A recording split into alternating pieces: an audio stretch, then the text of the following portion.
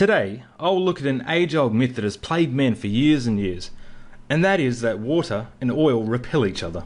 So what's the story behind the myth? Well, when you think about it, it almost makes sense. You add oil to water and they just don't mix.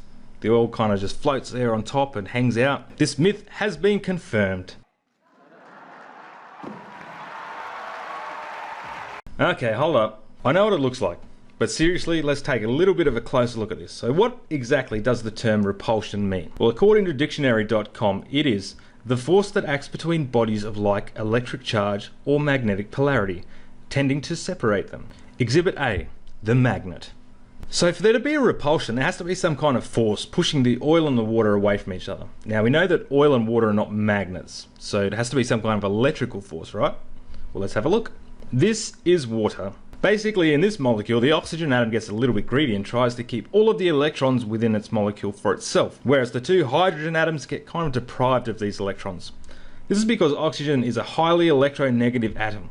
Now, given that electrons have a negative electrical charge, all of that negative energy will be located around the oxygen atom, making this area slightly negatively charged, and as such, the hydrogen atoms will get a slightly positive charge. So this means the water is a polar molecule with a negative area and a positive area. The water molecules are bonded together by hydrogen bonds, which is basically when a hydrogen bound to a highly electronegative atom, such as oxygen, is attracted to another electronegative atom. Basically, water really loves itself, and it kind of likes to hang out with itself and hold onto itself. And this is all via these bonds, these hydrogen bonds. But that's only half of the problem. What about the oil? Oil is a really big molecule and it's made up of lots of carbon atoms, which are also kept company by lots of hydrogen atoms.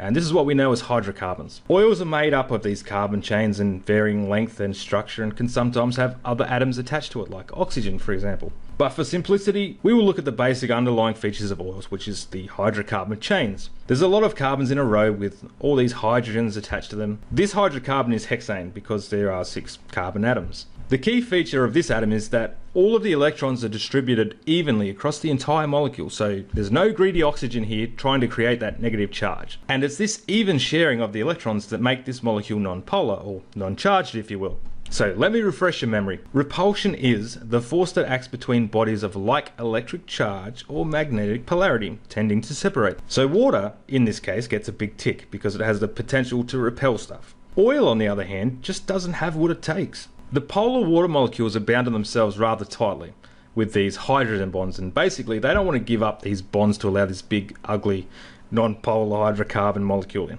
This is the very basic definition of being insoluble. So if it won't dissolve, it has to actually go somewhere. And because oil is less dense than water, it rises to the surface. So technically there's no actual repulsion. It's purely an outcast molecule that's insoluble in water because of its non-polarity. Please. Boo.